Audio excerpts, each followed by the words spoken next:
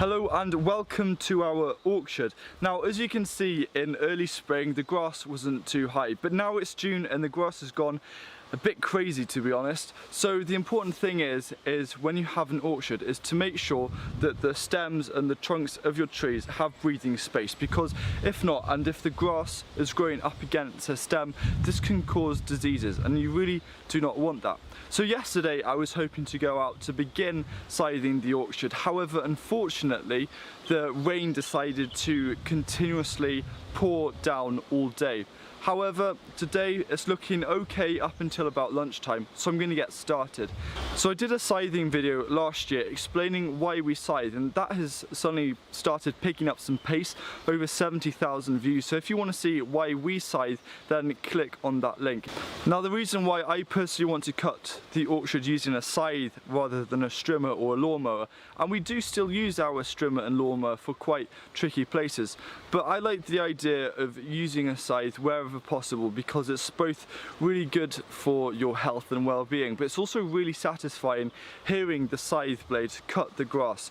So to help me scythe the orchard, I've got my chosen blade here. This is a 65cm ditch blade. Now I've also got a 75cm meadow blade. I've got the 65cm ditch blade, and then I've got a smaller ditch blade. So the idea with the meadow blade is when it opens up a bit in the orchard, I'll be using that. But this will be probably the main choice, because it's a bit tougher.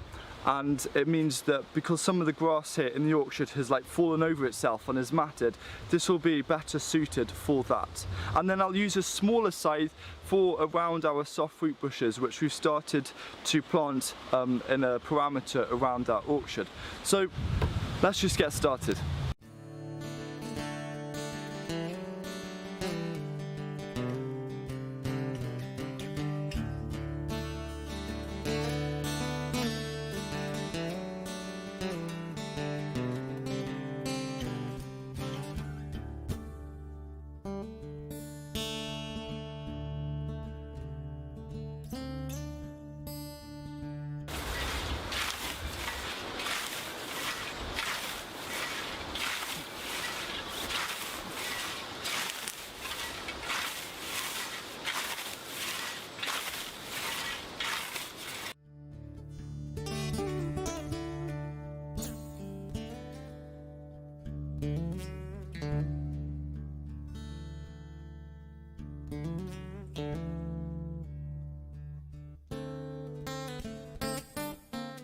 So for raking, I'm just using a general hay rake. This is made by Bulldog, out of wood, and it works really effectively.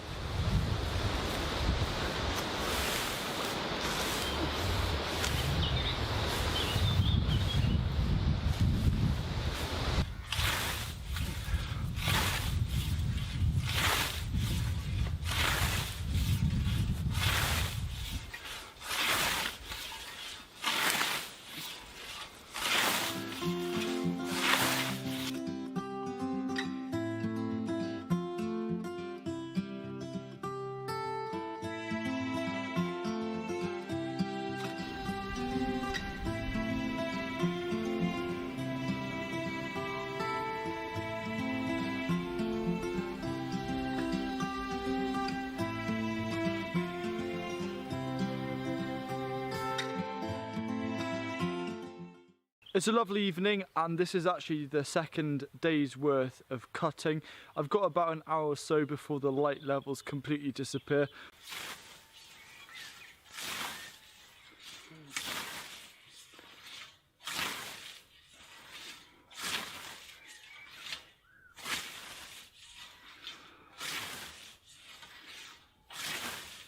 So if you're scything a new row and there's long grass on the other side, use a bit of a different cut, where what you do is you pull it behind you.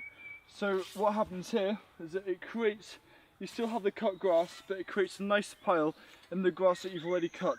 So then you can come down this way and cut the grass and pile it into the grass that's already been cut.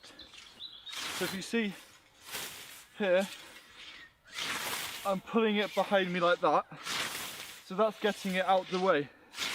So I'm just over exaggerating a bit, but I'm just pulling it out of the way so it creates a nice pathway then for me to put other cut grass into it.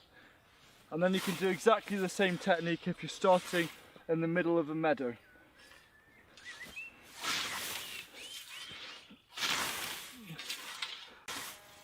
Another great thing about scything is that if you have a lawnmower, it won't be able to cut with grass this long. And the other thing, if you're using a trimmer or a strimmer around the stems of an apple tree, it's quite easy to actually hit the trunk or the stem. But I'll show you right now as an overlay, just showing you that you can literally work around an apple tree with a scythe, being able to take out all the stuff and the grass that's growing around the stem without being able to damage it, because you have that full control. And with a strimmer you can accidentally push against it and that can then damage the bark, and that can be fatal especially if it's a young fruit tree.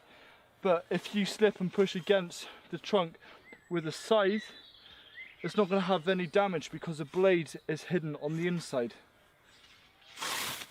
So this is just to demonstrate what I'm on about with overemphasizing the final part of the stroke. And what that is that here we've got the cut grass, but here we've got a nice line of the grass where we have cut. Now, if you hadn't cut the grass and this has been pushed over onto grass that you haven't cut, then that can make it a bit messy. So now all I need to do is, when I'm cutting here, is I'm moving this grass directly onto grass that's already been cut. So in that way it means that I won't actually miss out any areas by accident.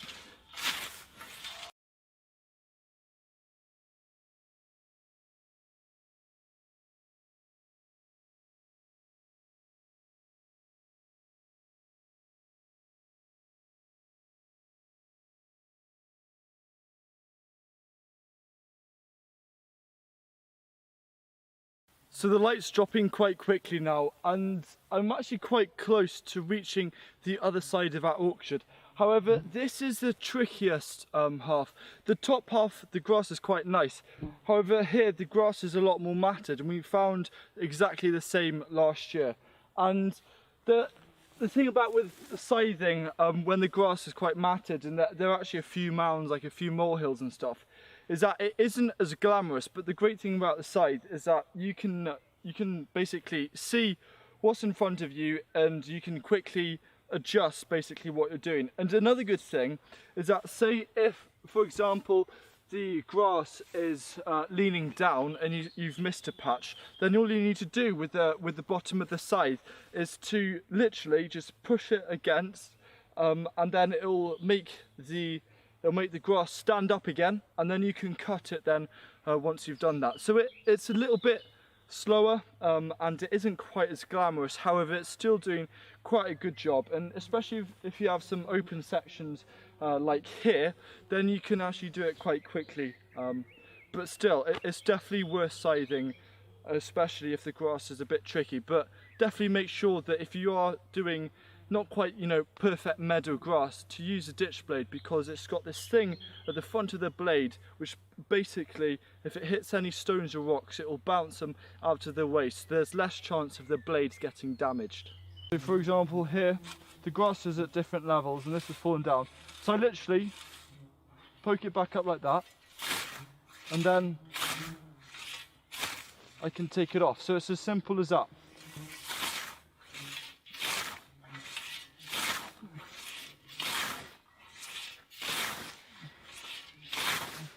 Now, scything is actually a lot more effective to do when the grass is wet. So if it's raining, then it's a perfect excuse to get outside and scythe if there's no other jobs to do around your, say, your small holding or in your garden.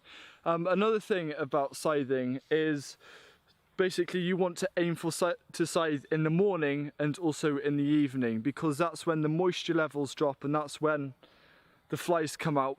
But basically having wet grass, it's almost like a lubricant to the blades, and you will find if you have a scythe and you test it, if you test it on dry grass, it doesn't actually cut very well. But if you test it on wet grass, say when there's dew in the morning, then you'll notice it's a lot better and it's a lot more satisfying, and the cut will be a better quality.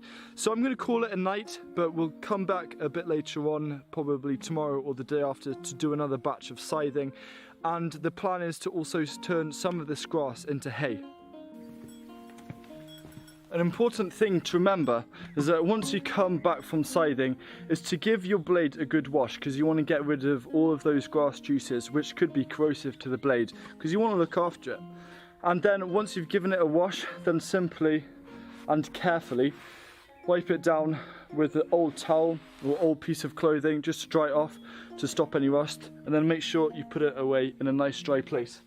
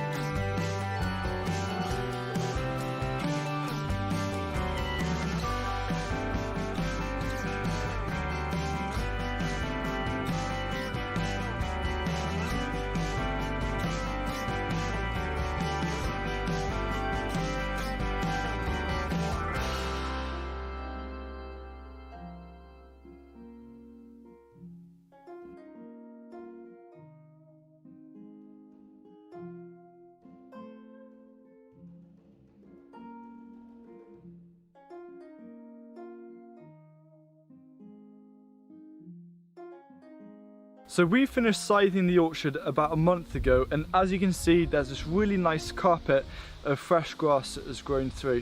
I remember in the Why We Scythe video there were a few people questioning about cutting so short because the ground looked dead, the grass looked dead. The reason why is because the grass is so thick up here that there was no need for chlorophyll for photosynthesis, so therefore it wasn't as green.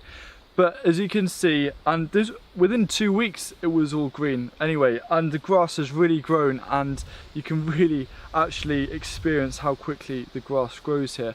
But it's great. it's not only benefited the trees by giving breathing space around the stems, but it also has made way for other plants, for example sorrel. And sorrel is this free plant which is great for salads. It's a very lemony flavour. I really like to eat it whenever possible, so that's growing through. I also think maybe later on in the season we might do another cut of the orchard to make some hay later on in the year, possibly around September time, and also to feed the pigs. So I hope this has inspired you and showed you a bit more about the capabilities of using a scythe, and I recommend, if you want to find out more, to check out the courses offered by Scythe Cymru. And if you have anything you want to add or any comments or questions, then don't hesitate to ask down below in the comment section. I look forward to seeing you again soon. Goodbye.